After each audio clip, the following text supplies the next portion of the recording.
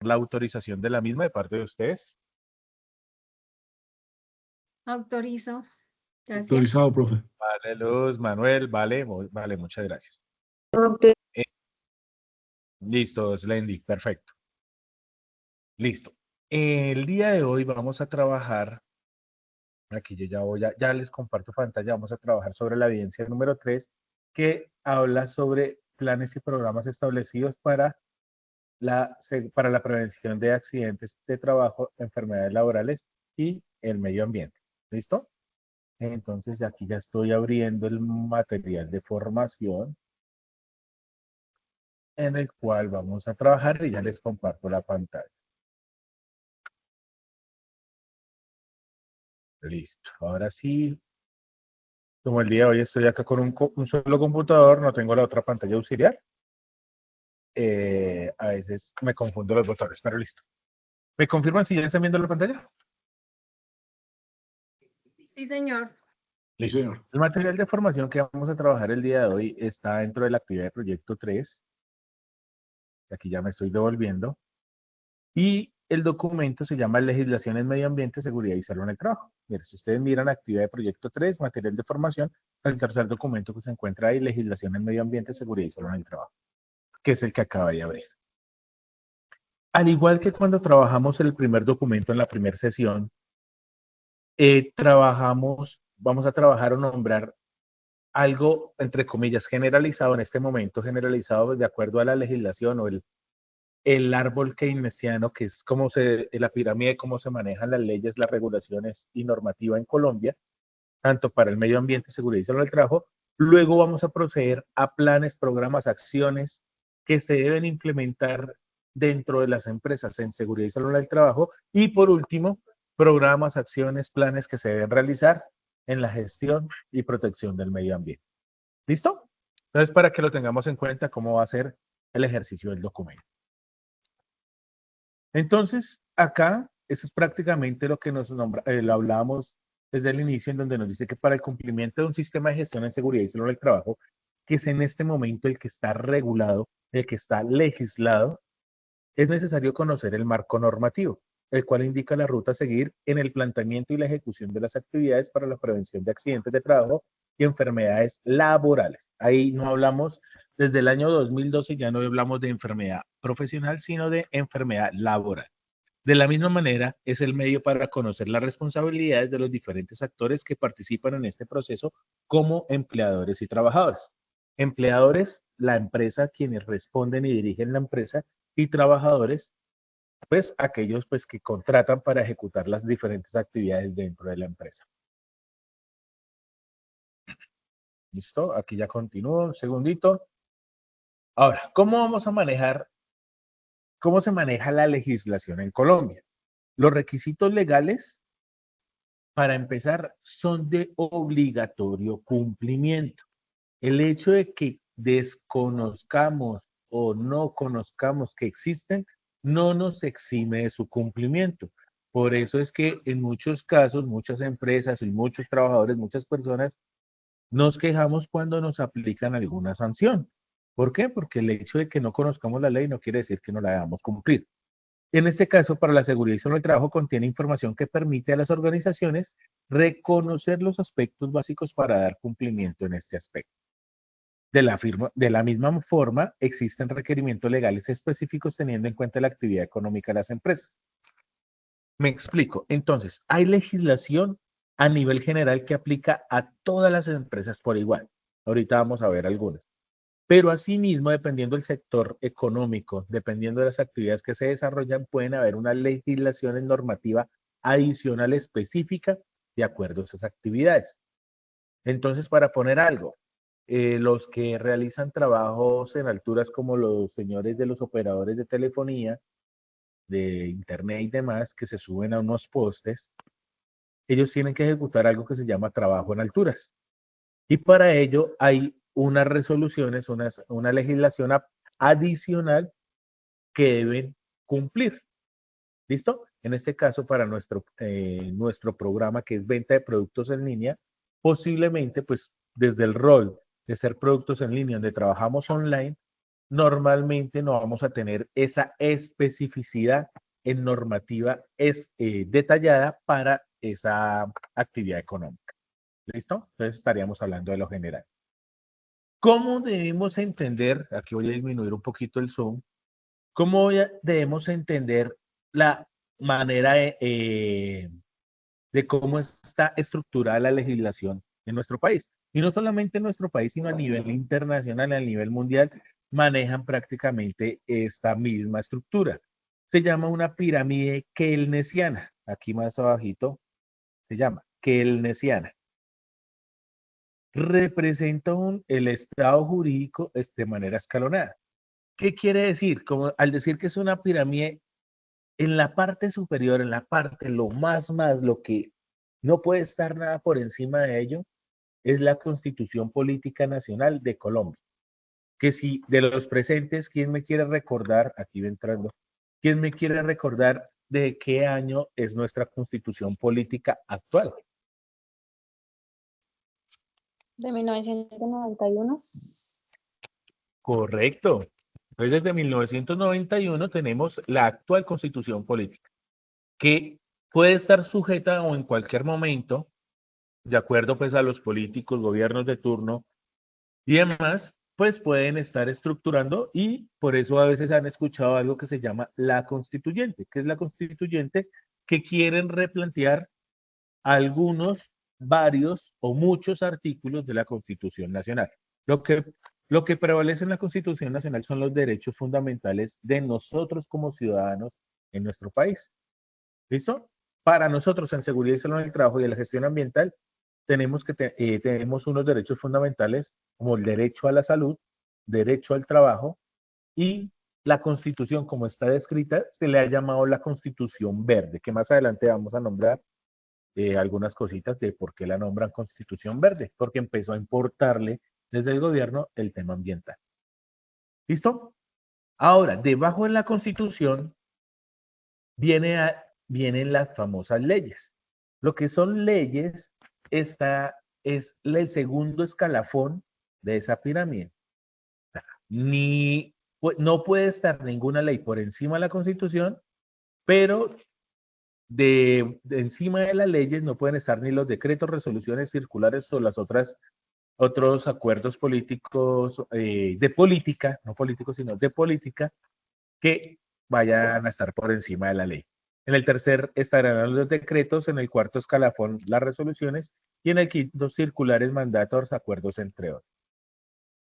También hay algo que se llaman, como en un sexto escalafón, los tratados y convenios internacionales. Pero si ustedes lo miran, no está en un escalafón, o sea, no le hacemos un escalafón, un nivel como tal, porque los tratados y convenios internacionales deben ajustarse de acuerdo a lo que se realizan en diferentes, como lo llaman, convenios, organizaciones como la ONU, la OIT, entre otras cosas, otras convenciones, en los cuales se deben hacer para acordar todo lo que se habla en esos tratados y convenios, normalmente se deben regular a través de decretos y resoluciones. ¿Vale?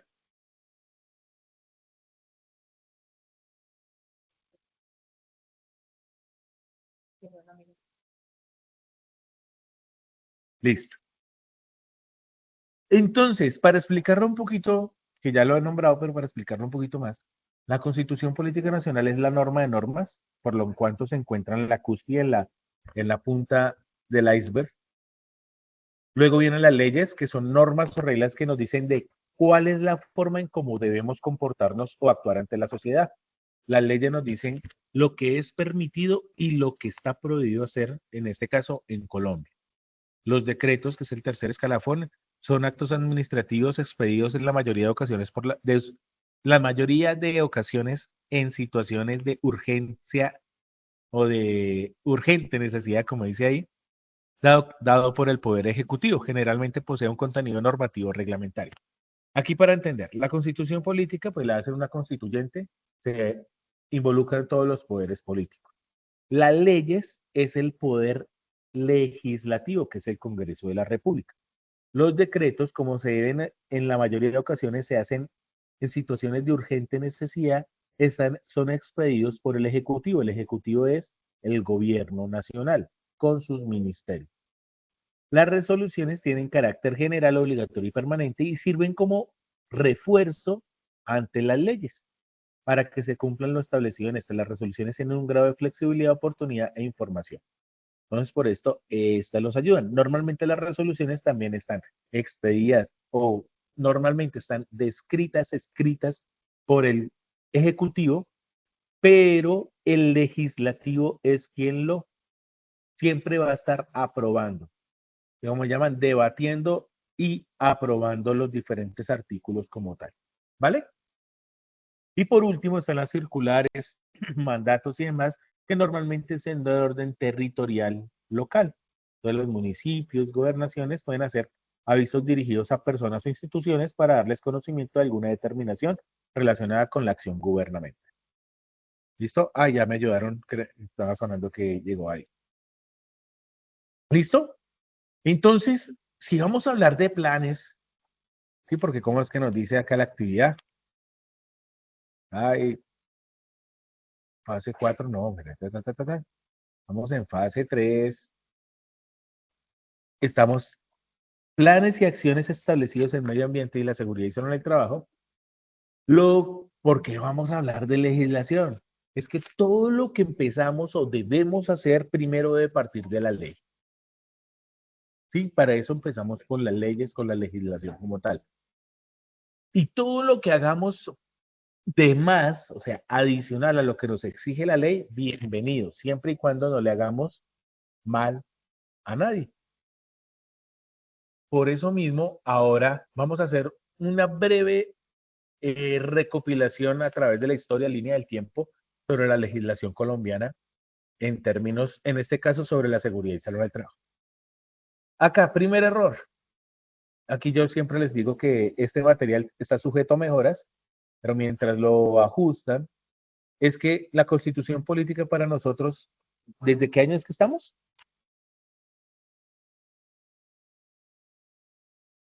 1991. Listo, entonces ya no es 1986, sino el 1991. Dentro de eso tenemos unos derechos fundamentales, que es derecho al trabajo y a la salud, para salud, seguridad y salud en el trabajo. Y por eso empezamos a decir que empiezan a haber unas bases de la salud, en su momento de la salud ocupacional.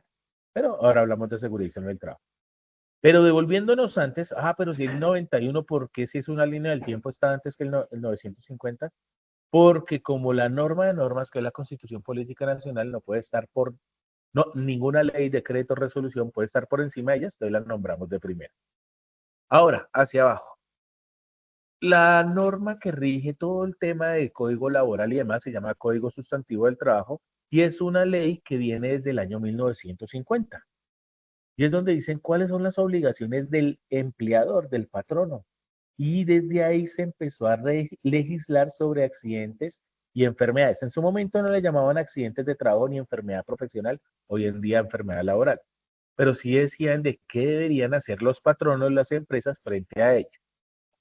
Pero realmente en donde empezamos, y de por sí, personalmente digo, empezamos a saber sobre seguridad y salud del trabajo en Colombia, es en 1979 con la ley novena, llamado el Código Sanitario Nacional, y la resolución 2400, que se conoce como el Estatuto de Higiene y Seguridad Industrial. De por sí, hoy en día mucho de lo escrito en estas dos leyes sigue vigente, no se ha cambiado. No, desde el 79, estamos hablando de casi 46 años, no ha requerido modificación de lo escrito en estas dos normativas.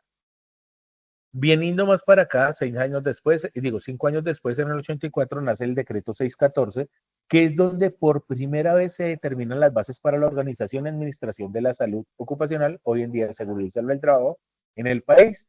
Pero estas bases prácticamente le dijeron que solamente se iban a exigir a las empresas de grandes magnitudes. Grandes magnitudes, para que se hagan un ejemplo, empresas con más de 200 trabajadores. En 1986 nace la resolución 2013, en donde a las empresas que tengan 10 o más trabajadores dentro de su nómina se les exige crear un comité paritario de seguridad y salud en el trabajo. Comité es donde se reúnen personas, paritario, representantes del empleador, o sea, de la empresa, igual número de representantes de los trabajadores, se reúnen para velar, hacer seguimiento y control en seguridad y salud en el trabajo, desde el año 1986. En el año 93, la famosa ley 100, que es la que rige todo el sistema de seguridad social en Colombia, en donde tiene subsistemas de pensiones, salud, riesgos laborales y servicios complementarios. Esta ley sí ha sufrido cambios, pero sigue vigente. ¿Cómo me explico? Han habido reformas en donde, desde el año pasado y empezó a regir desde este año, el decreto 2381 cambió, reformó todo el sistema de seguridad social en pensiones. Ahorita, hoy en día, se está debatiendo en el Congreso de la República una reforma a la salud. Desde el año 2012 se reformó el sistema general de riesgos laborales y el servicios complementarios, para que lo tengan ahí presente, son las cajas de compensación. ¿Listo? En el 94, cuando en la ley 100 dijeron, uy, vamos a hablar de riesgos profesionales o riesgos laborales, pues lo nombraron en una ley, pero no se sabía cómo se debía implementar, administrar recursos y demás. Entonces, un año después, se determinó la organización y la administración del Sistema General de Riesgos Laborales, que es donde nacen las aseguradoras de riesgos laborales, mayor conocidas como ARL. En el 2012, no hay un salto de 18 años, pero acá dentro de eso no es que no hayan leyes, sí hay muchas leyes, hay varias resoluciones, pero que en este texto pues no lo nombraron. Voy a nombrar algunas: la ley 1010 del año 2006, en la cual se trabaja la ley del mobbing ocupacional o acoso laboral. Está la resolución 1401, por la cual se deben investigar los accidentes y enfermedades laborales. Y así hay varias, ¿vale?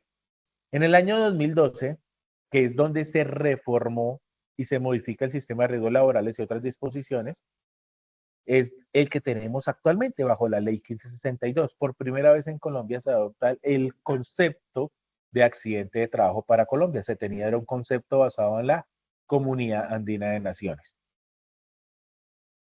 En el 2014 nace por primera vez una tabla de clasificación de enfermedades laborales, en las cuales dice que si está ahí, se considera laboral, y si no está ahí, esa enfermedad, esa patología de una persona, si no está, se considera enfermedad común.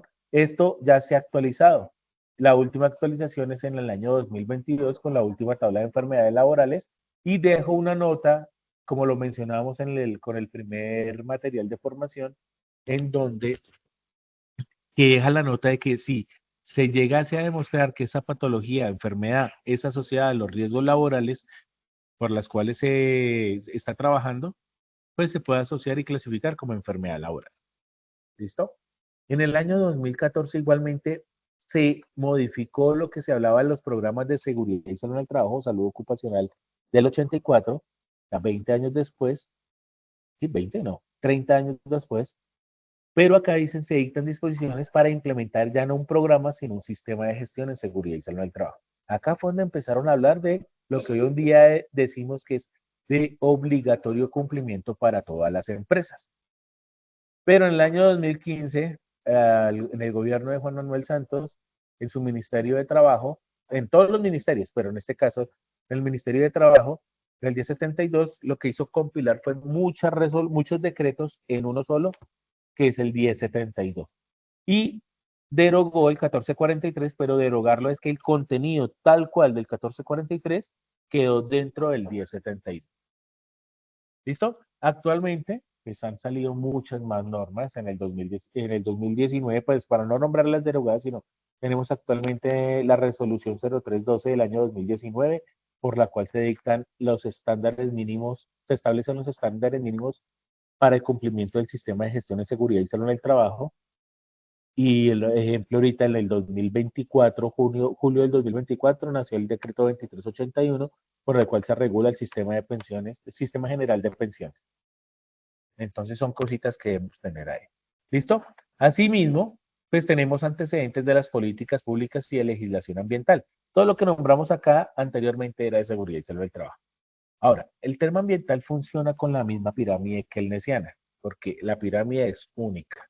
Ahora, que hay que tener en cuenta que posiblemente acá, desde la misma constitución, tiene mucho poder el tema ambiental, pero debería, bueno, tiene mucho poder, pero debería tener más, porque está escrito, pero a veces no lo cumplimos.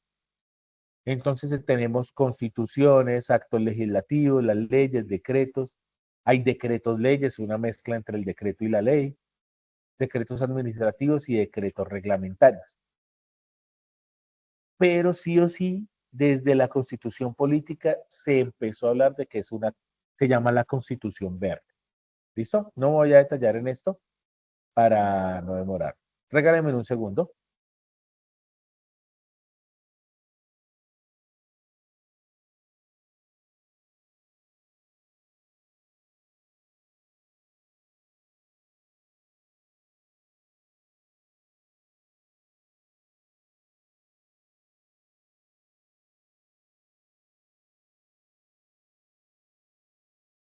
Volví, volví.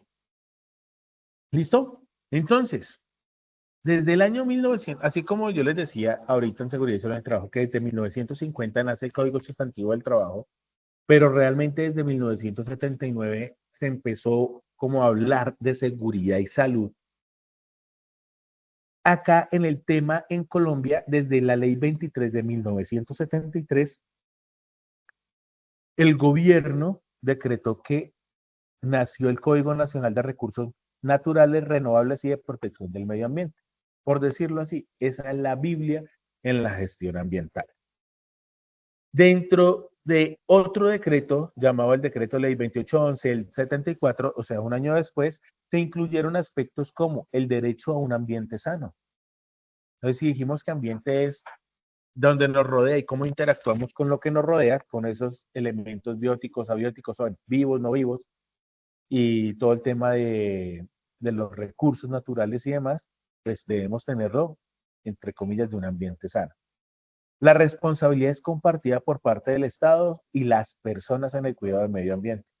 A veces somos felices, contentos, a veces criticando siempre al gobierno, diciendo es que no hacen o dejan de hacer, pero nosotros como personas, ciudadanos del país, somos también responsables del cuidado del medio ambiente.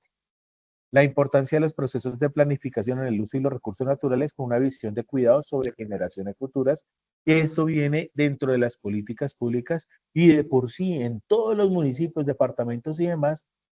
Ahorita el año pasado, si fue el año pasado o hace 2 años finalizando, se estuvo ejecutando, estableciendo, planificando los planes de ordenamiento territorial, los POT, que es donde se hace la programación de los usos de recursos, el recurso como la tierra, dónde pueden estar ubicadas las empresas o de cuál es el uso de ese suelo en ese espacio como tal. ¿Listo?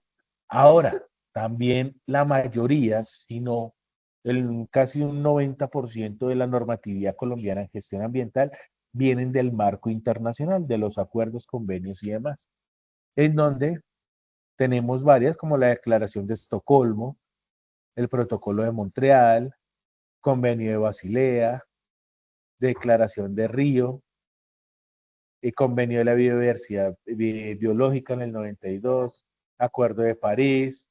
El año pasado en Colombia se tuvo una en Cali, que no me acuerdo cómo es que se llamaba, y hoy, de por sí, la semana pasada también hubo otro convenio, otra congregación ambiental en Cali. Entonces, de ahí van saliendo acuerdos y esos acuerdos en esos aspectos se tienen que convertir en decretos o resoluciones. No llega a ser leyes, en algunos casos sí, pero todo lo que se acuerda ya, si sabemos parte, es como decir, todos en la cama, todos en el suelo. En este caso, si se aprueba, todos los países estarían en la necesidad, por no decir obligación, de adecuar todo eso que se acuerda dentro de su legislación como tal. ¿Listo? Aquí también, pues, dentro de la Constitución Verde, como les decía, nos dice todos los artículos dentro de la Constitución donde se habla de el tema de protección y la gestión ambiental, que son bastantes. Entonces, por eso se le llama la Constitución Verde. ¿Vale? Entonces, eso igualmente ustedes lo tienen en el material. Vamos a lo que realmente vamos a trabajar. Como ustedes van a elaborar un plan, un mapa mental sobre las herramientas de seguridad y salud del trabajo y la gestión ambiental, sobre planes, programas, acciones, acá en este material de formación tenemos varias de esos. En este caso, seguridad y salud del trabajo, debemos empezar por la responsabilidad de los trabajadores. Los trabajadores tienen una responsabilidad específica. Procurar siempre estar con un cuidado integral de la salud. Siempre decir, ser claro, con información veraz completa sobre nuestro estado de salud. Cumplir normas y reglamentos, instrucciones. Informar oportunamente al empleador o contratante acerca de los peligros y riesgos latentes. Participar en las actividades de capacitación en seguridad y salud del trabajo. Participar y contribuir con los objetivos de seguridad y salud del trabajo. Uno de los objetivos que sí o sí están en las empresas es disminuir o tener 0 accidentes o enfermedades laborales. Entonces, eso es lo que buscamos. ¿Listo? Como responsables, y la responsabilidad de nosotros como trabajadores. Esa responsabilidad viene siendo como una acción que debemos hacer de manera por convicción, pero no por obligación. Puede haber en las empresas en seguridad y salud del trabajo un programa de comunicaciones. Entonces, en 2 vías, del empleador hacia sus trabajadores y asimismo de los trabajadores hacia el empleador, asumiendo o cumpliendo sus responsabilidades. Como tercer paso o tercera herramienta, tenemos un plan que se llama una planeación de identificación de peligros, evaluación y valoración de riesgos, que prácticamente es el ejercicio que hicimos en la semana anterior sobre la identificación de peligros sobre las diferentes actividades, procesos de la empresa o que estamos desarrollando y cómo vamos a hacer un control de esos peligros para disminuir los riesgos. ¿Vale?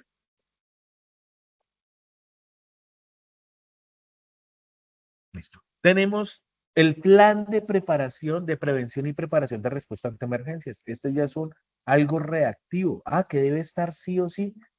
Sí, debe estar en las empresas. Y que esperamos que nunca tengamos que usarlo. Pero sí, cuando llegue a pasar una emergencia, y una emergencia puede ser un accidente de trabajo, debemos tener ese plan de prevención y preparación de respuesta a emergencia. ¿Listo? Acá están los pasos: identificar todas las amenazas que pueden afectar la empresa, identificar recursos disponibles, que serían recursos diferentes a los actuales para el funcionamiento de la empresa. Debemos analizar la vulnerabilidad de esas amenazas, valorar y, valorar y evaluar los riesgos considerando el número de trabajadores expuestos. Es algo similar a la identificación de peligros que hicimos en la semana anterior, pero en este caso es ya asociados en caso de una emergencia. Me explico. Entonces, evaluar los riesgos. Ah, tenemos que evacuar la empresa. Ah, para evacuarlo, no es lo mismo evacuar a 10 personas que a 100, a 1000 personas. Entonces, eso es lo que tenemos que evaluar. Asimismo, necesitamos tener primeros auxilios. No es lo mismo tener un kit o recursos para primeros auxilios para 10 personas que para una empresa de 100 personas. Así sucesivamente. Formular el plan de emergencias para responder ante la inminencia o ocurrencia de eventos. No es tenerlo solo en el papel, sino tenerlo socializado y capacitado a las personas para que sepan actuar en el momento de la emergencia. Asignar recursos necesarios. Todo lo que planeamos requiere de recursos, porque sin dinero eso no funciona. Y no somos, ¿cómo es que se dice? No somos agentes de caridad que trabajamos por obra y gracia del Espíritu Santo. Informar, capacitar y entrenar, incluyendo a todos los trabajadores, porque no es solo la brigada, porque la brigada precisamente pueden ser los afectados o no fueron a trabajar ese día. Ojalá todos los trabajadores nos capacitemos y entrenemos sobre el plan de emergencia. Se debe realizar simulacros mínimo una vez al año por la empresa y capacitar, conformar y entrenar a brigadas de emergencia, ya con unos entrenamientos específicos. ¿Listo? Como cuarto plan o acciones, en este caso este 2.5 sería acción, que es reportar incidentes, accidentes y enfermedades. Porque esto hace parte de esos planes o acciones. porque si yo no reporto los incidentes, que es un accidente pero sin dolor, el accidente generó dolor y la enfermedad pues es una patología que se va generando, pues no los investigo y al no investigarlo pueden seguir ocurriendo porque no implemento controles para ello. Entonces, para investigarlos, como lo mencioné ahorita, está la resolución 1401 del año 2007, expedida por el Ministerio de Protección Social y Ministerio de Trabajo, para hacer las respectivas investigaciones, para tenerlo ahí en cuenta. Las investigaciones tienen un máximo desde la fecha del evento, accidente o enfermedad, tenemos máximo 15 días calendario para investigarlo. ¿Listo? ¿Y para qué sirve eso? Pues si yo determino y actúo e identifico qué fue lo que salió mal, que afectó a las personas, pues puedo ejecutar e implementar controles para que eso no vuelva a pasar. Y esa es la gestión en general de la seguridad y salud. ¿Listo? Entonces acá el incidente, según la resolución 1401, lo mencionábamos, como un accidente, suceso repentino en el curso del trabajo y que tuvo el potencial de ser un accidente, pero que hubo personas sin que sufrieran lesiones o presentaran daños a la propiedad o pérdida de los procesos.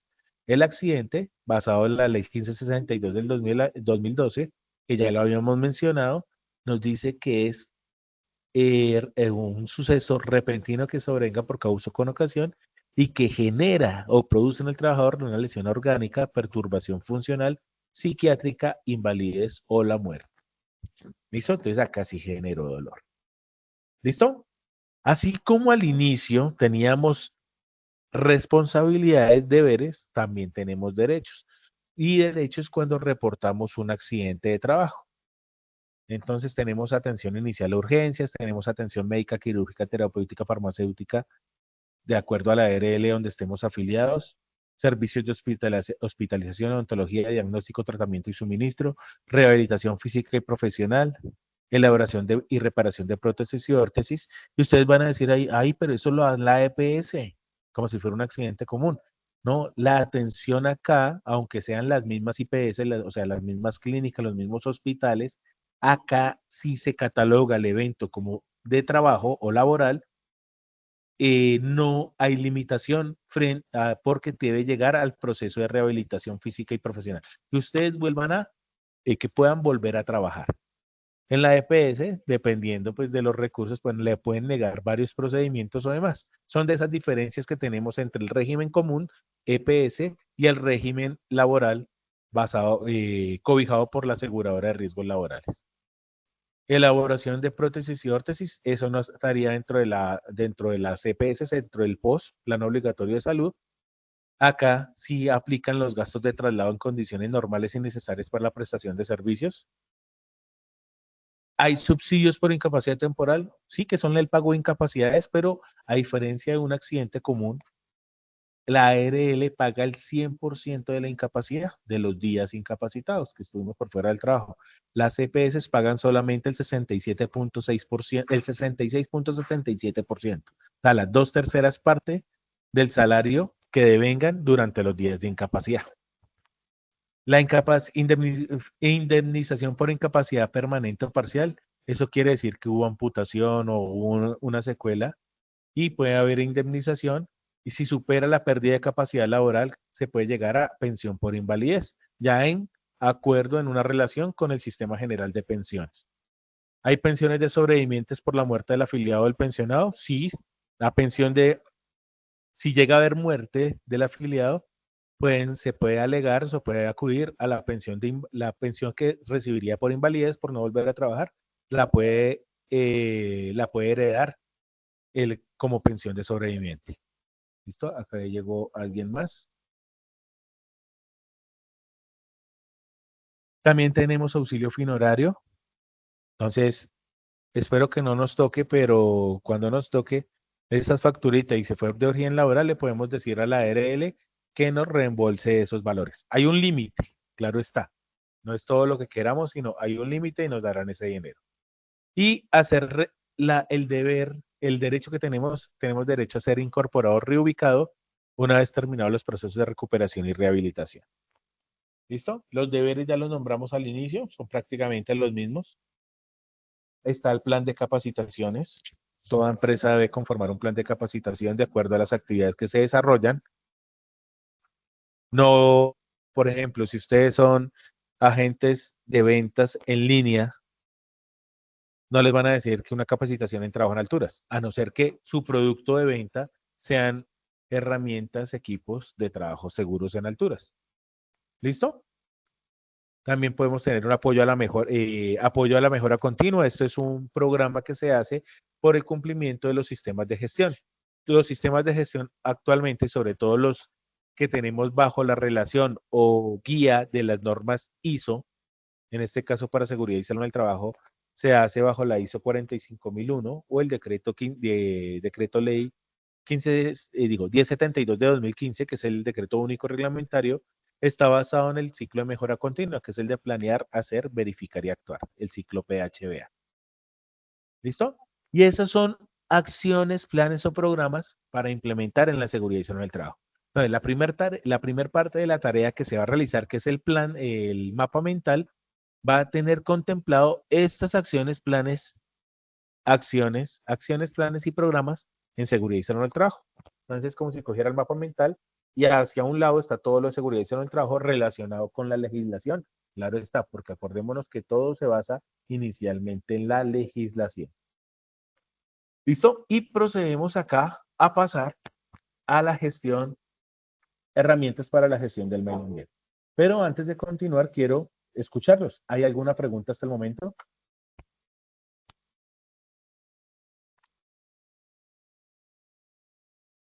De mi parte no, profe. Hasta el momento, ¿claro? Sí, señor. Sí, Pues, señor. claro. Vale. Entonces, en las herramientas para la gestión del medio ambiente, entonces nos dice acá, aquí aumentamos un poquito el son nuevamente, la gestión ambiental es aquella parte de la gestión empresarial que se ocupa de los temas relacionados con el medio ambiente, contribuyendo a su conservación. Comprenderá las responsabilidades, las funciones, planificación, ejecución y control, la estructura organizativa, los procesos, los procedimientos, las prácticas, los recursos, para determinar y llevar a cabo la política ambiental de las empresas. Entonces, todo esto que está diciendo acá, que nos lo dice el autor, desde el año 2001, el texto donde se tomó esta guía o este material de formación, pero está contemplado en la Constitución Política Nacional. Entonces, en este caso, las organizaciones, las empresas, juegan un papel relevante en la gestión ambiental y en la protección del medio ambiente, ya que de manejarse adecuadamente los aspectos e impactos se pueden contribuir de manera activa a la sostenibilidad ambiental a través del cumplimiento de la respectiva normatividad. Acá vienen dos palabras claves: aspectos e impactos. Aspectos son todo aquello que podamos hacer y que al hacerlo normalmente vamos a generar impactos. Aspectos, entonces estoy haciendo unas campañas de reciclaje, estoy haciendo un uso efectivo del agua, uso eficiente del agua, pero al final vamos a generar impactos. Normalmente los impactos en la mayoría de los casos son negativos, pero lo que buscamos en este caso con la gestión de la gestión ambiental, de la conservación ambiental, es disminuir el impacto, disminuir, como decimos en seguridad del trabajo, disminuir los riesgos. Acá vamos a disminuir las consecuencias que serían los impactos ambientales. ¿Listo? Para ello, dentro de uno de los primeros programas que se trabajan es la evaluación del impacto ambiental. En lo descrito acá, bajo la ley novena del 93 y el decreto único reglamentario, ese es el 1075, si no estoy mal, ahorita lo miramos, está asociado a la evaluación del impacto ambiental, pero de las empresas que ejecutan proyectos de alto impacto. Entonces, a todas esas empresas que deben tener permisos para la ejecución de sus actividades. Esta ejecución de sus actividades son autoridades ambientales las que les dan ese permiso. Normalmente son las corporaciones autónomas regionales. Para Cundinamarca, la CAR, para el Meta, los Llanos Orientales se llama Corporinoquía, en Antioquia algunos se llama Corponare, entre otras. Prácticamente cada departamento tiene su propia corporación, o a nivel nacional está la Agencia Nacional de Legislación Ambiental, ANLA, para que lo tengan ahí en cuenta. Y en donde ese programa, esa evaluación de impacto ambiental, ese programa debe tener objetivos, beneficios y basados en unos principios. El objetivo principal es implantar un sistema de gestión ambiental donde evalúen sus impactos y les proporciona un diagnóstico línea base ambiental que servirá como insumo para identificar, proponer e implementar las medidas de manejo ambiental correspondientes. Prácticamente les va a decir es que en cuánto van a impactar y qué van a hacer para disminuir ese impacto o cómo van a compensar esos impactos. ¿Listo? Los principios carácter preventivo, siempre prevenir que pase algo. Debe ser gradual. O sea, yo sé que no somos magos, no es soplar y hacer botellas, pero empezar a disminuir esos impactos. Focalizado en lo significativo e importante, o sea, siempre hacer un Pareto y enfocarse en lo que más afecta. Debe ser flexible porque todo en esta vida y sobre todo en nuestro país es dinámico, ya sea por políticas públicas o políticas de las empresas. Debe ser objetivo y sistemático. ¿Listo? Otro programa, más que programas, son acciones que se deben hacer frente a los impactos ambientales. Estas acciones normalmente, como el impacto en su gran mayoría de veces es negativo, entonces lo que buscamos son acciones para disminuir esos impactos o para compensar esos impactos. Se clasifican en 4. Entonces tenemos medidas o acciones de prevención encaminadas a evitar impactos y efectos negativos que pueda generar el proyecto, obra o actividad que desarrollemos. Entonces, prevenir es evitar que pase. Medidas de mitigación son acciones dirigidas a minimizar los impactos. Entonces, mitigar es disminuir, minimizar esos impactos, efectos negativos de la obra, proyecto o actividad. También tenemos medidas de corrección. Entonces, las dos primeras vienen siendo como de carácter preventivo, pero las tercera y la cuarta ya son como de carácter reactivo. Corrección, pues ya pasó algo. Entonces, son acciones dirigidas a recuperar, restaurar o reparar las condiciones del medio ambiente afectado. Entonces, ya pasó el daño, tenemos que corregirlo. Y hay otras que se llaman medidas de compensación. Estas medidas de compensación son dirigidas a resarcir y retribuir a las comunidades, las regiones, localidades y al entorno natural por los impactos y efectos negativos. En los grandes proyectos hacen parte de esto las regalías, las famosas regalías, que es entregar dinero, pero también están y han escuchado mucho las medidas de compensaciones que hacen campañas dentro de los programas ambientales de las empresas, que es siembra de árboles, reciclatones, etcétera, etcétera, en donde están compensando y dándole ya hicieron algo negativo, ya se afectó, pero lo que se busca es que se hagan otras cosas, otros aspectos que generen cosas positivas en la sociedad. ¿Listo? Hay un programa que siempre deberíamos tener en las empresas, que es el programa de producción más limpia. Esa producción más limpia es que siempre busquemos integrar procesos, productos y servicios que mejoren o reduzcan los riesgos a los seres humanos y al medio ambiente. Eso entonces está actualmente lo está trabajando mucho la Secretaría Distrital de Ambiente de Bogotá, en donde establecen estrategias o le exigen a las empresas estrategias para estar enfocadas en la producción más limpia. ¿Qué pasa con ello? Hay, en este caso, la Secretaría Distrital de Bogotá, como puede ser una gobernación o municipio o algún gobierno local, puede generar incentivos a aquellos que puedan estar cumpliendo con este ejercicio de producción más limpia. Esos incentivos pueden ser excepción de impuestos, digo, pueden ser. Eso ya lo define cada gobierno local. ¿Listo? Al igual que en seguridad y salud en el trabajo, que hay un sistema de gestión, también existe un sistema de gestión ambiental. Cuando hablamos del sistema de gestión ambiental en Colombia, a diferencia del de seguridad y salud en el trabajo, es que no es de obligatorio cumplimiento por la ley, aunque debería. Pero el referente para las empresas implementarlo es la ISO 14001 del año 2015. En seguridad y salud en el trabajo sería la ISO 45001 del 2018. ¿Qué hace un sistema de gestión? Pues a través del ciclo PHBA, como lo mencionábamos anteriormente, que es el del ciclo de planear, hacer, verificar y actuar.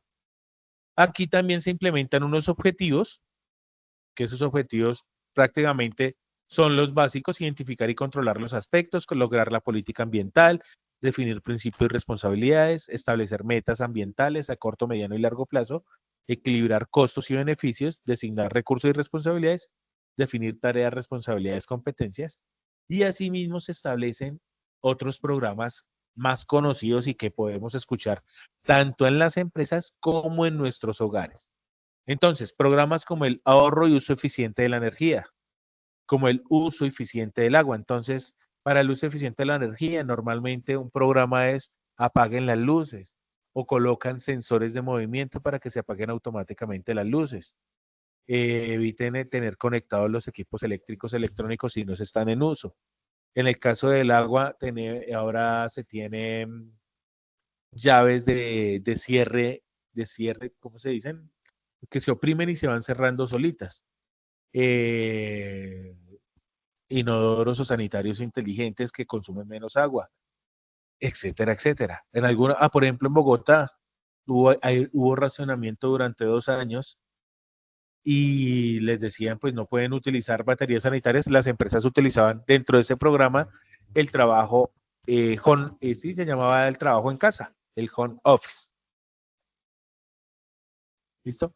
También hay programas como gestión integral de residuos sólidos, ordinarios y peligrosos, control de la contaminación. Entonces, acá hablamos de los sólidos ordinarios y peligrosos, que son sólidos ordinarios, en donde clasificamos por la legislación en colores como el verde, blanco y negro. Verde, orgánicos aprovechables; blanco, sólidos aprovechables, los que famosos reciclables; y en negro, aquello que no es aprovechable, que prácticamente se llevan a los rellenos sanitarios, y los residuos peligrosos sería en contenedores rojos, para clasificarlo como RESPEL, residuo peligroso. Pero también hay empresas que generan, o nosotros mismos generamos, vertimientos, que es residuos líquidos que van al alcantarillado; emisiones, que es aquello que generamos al ambiente a través de humos o vapores; y también el ruido es considerado contaminación ambiental. Entonces son programas para disminuir esto. Programa de formaciones y capacitaciones, programa de auditoría, ciclo PHBA, mediciones del aire y reducción de la contaminación atmosférica.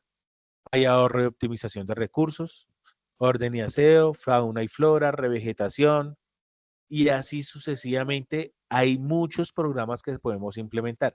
Y si ustedes no lo miran como programas, porque cuando hablamos de un programa es escrito en un documento y tener evidencia además, y en nuestras casas pues lo podemos llamar buenas prácticas ambientales. En nuestra casa lo llamamos medidas de ahorro de agua, medida racional de energía, reducción de necesidades de materiales, o sea, consumir menos; criterios de sostenibilidad de compra de bienes y servicios, o sea, comprar en lo posible orgánico o con materiales biodegradables; producción limpia, almacenamiento adecuado. Y si ustedes miran, por ejemplo, en estas dos primeras, si yo digo ahorro de agua y ahorro de energía, en nuestros hogares tenemos un beneficio adicional, que vamos a gastar o pagar menos dinero por el consumo de estos servicios públicos. Entonces son cositas que nos ayudan no solo al ambiente, sino que también nos ayudan a mejorar en cierta escala, ojalá sea grande, pero nos mejora nuestro flujo de caja, por llamarlo así. ¿Listo? Y como último programa, el mejora continua, que es el tema de auditorías, como lo mencionaba, basado en la norma ISO 14001 del año 2015, y en donde pues se hacen las auditorías ciclo PHBA, y si se encuentra algo, impactos negativos, se ejecutan acciones correctivas, y si han aspectos por mejorar, o sea, está funcionando, pero también, como todo está sujeto a mejoras, implementamos acciones preventivas. ¿Listo? ¿Preguntas, muchachos?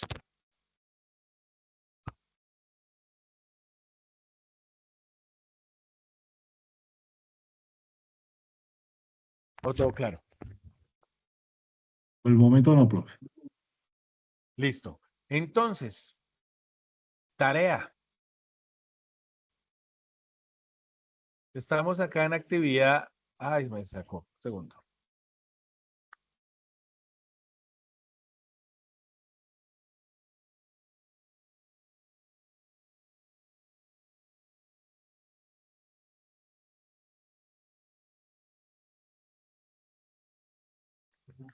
Entonces, estamos acá.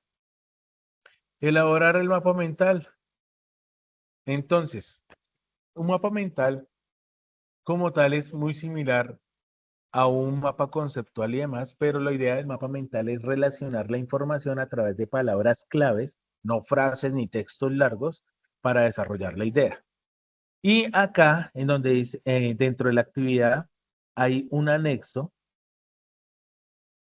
en donde nos explican de manera sencilla cómo podemos elaborar un mapa mental. Yo me voy a ir acá al final que tenemos un resumen, porque ahí, cuando más que un resumen, nos dan un ejemplo de cómo elaborar un mapa mental. Entonces, tenemos una idea principal, que en este caso son programas, planes y acciones establecidas en la gestión ambiental y en seguridad y salud del trabajo. Y normalmente el mapa mental se lee en sentido de las manecillas del reloj, en sentido horario, normalmente. Pero ustedes lo pueden establecer. Entonces, si ustedes dividen hacia la derecha toda la parte de seguridad y salud del trabajo y hacia la izquierda lo de seguridad y salud del trabajo y a la derecha la gestión ambiental o viceversa, no hay ningún inconveniente. Lo que empezamos es planes, acciones, programas, todo vamos a basar en la idea a través de esos conectores, esas ideas claves, bueno, esa idea principal a través de esas ideas claves, y en donde para nosotros sería relacionar la legislación con los programas, planes y acciones establecidos en seguridad y salud en el trabajo, de acuerdo a lo que está en el material de formación. Y si tenemos algo adicional, bienvenido.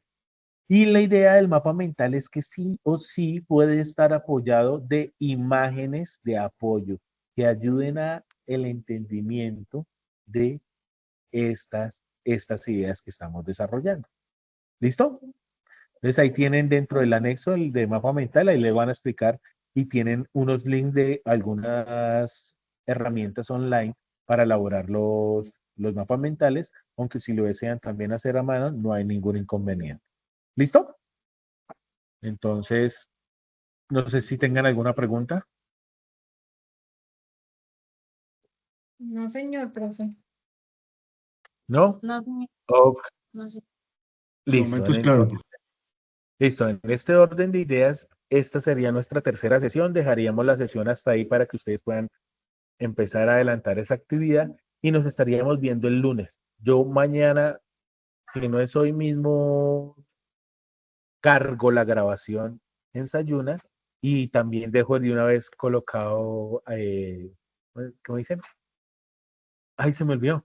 Colocamos el anuncio para la sesión del lunes.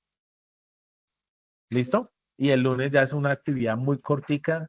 Bueno, la sesión va a ser más cortica porque va a ser basada en lo que trabajamos el día de hoy, pero ya lo vamos a hacer en un contexto más real. ¿Vale? Entonces, muchachos, muchas gracias por la participación el día de hoy y nos vemos el próximo lunes. Hasta luego. Ok, profe, muchas Muchas gracias. gracias. Feliz Hasta el lunes. noche. Gracias. Bueno, Chao, hasta profe, luego. gracias. Chao. Buenas noches.